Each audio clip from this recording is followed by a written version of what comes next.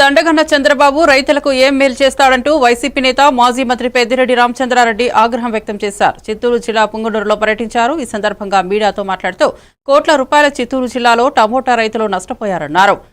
తోతాపురి మామిడికాయలు కిలో 2-3 రూపాయల ధరలు ఉంటుంటే రైతులు ఎలా బతకాలి? చంద్రబాబు చెప్పేటివి బూటకపు మాటలు అంటూ పెద్దిరెడ్డి మండిపడ్డారు. రైతులకు ప్రభుత్వం చేదోడు వాదోడుగా నిలవాల్సింది పోయి అంతరి రైతుల ఉసురు తీస్తున్నారని పెద్దిరెడ్డి ధ్వజమెత్తారు. రైతుల గురించి పట్టించుకునేది లేదు. పైపెచ్చు వారు మాట్లాడిన మాటలు వ్యవసాయం చేయడం దండగా అని చెప్పి స్వయాన ఒక ముఖ్యమంత్రిగా వారు మాట్లాడారు.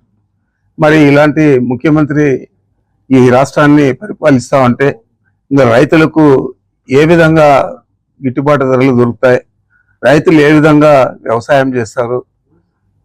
మరి చాలా బాధాకరంగా ఉంది.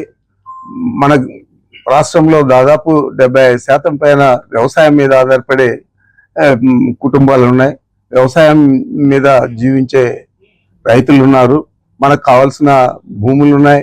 వాటినన్నిటినీ కూడా మనం సాగు చేసుకునేదానికి ప్రభుత్వం చేదోడుగా నిలుస్తుంది అనుకుంటే ఈరోజు అందరినీ కూడా ఉసురు అనిపించింది.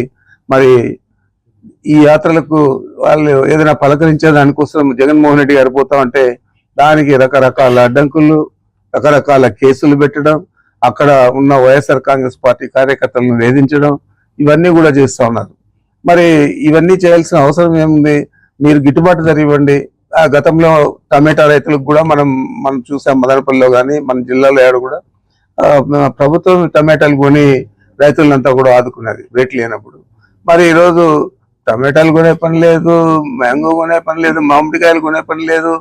అన్ని పంటలు రైతులు పండించిన అన్ని పంటలకు కూడా ఈరోజు గిట్టుబాటు ధరలు లేవు.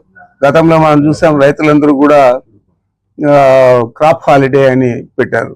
ఇప్పుడు కూడా రైతులందరూ కూడా సెలవులో ఉండాల్సిందే.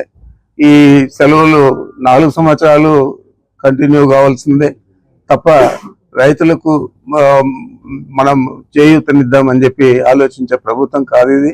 అందుచేత ఇదంతా కూడా మనం ప్రజలందరూ కూడా గమనిస్తూ ఉన్నారు. దీన్ని ఏ విధంగా మనము అధిగమించాలా అనేది రైతులందరూ కూడా ఆలోచన చేయాలని చెప్పి తెలియజేస్తా ఉన్నాను. 4 రూపాయల ప్రభుత్వం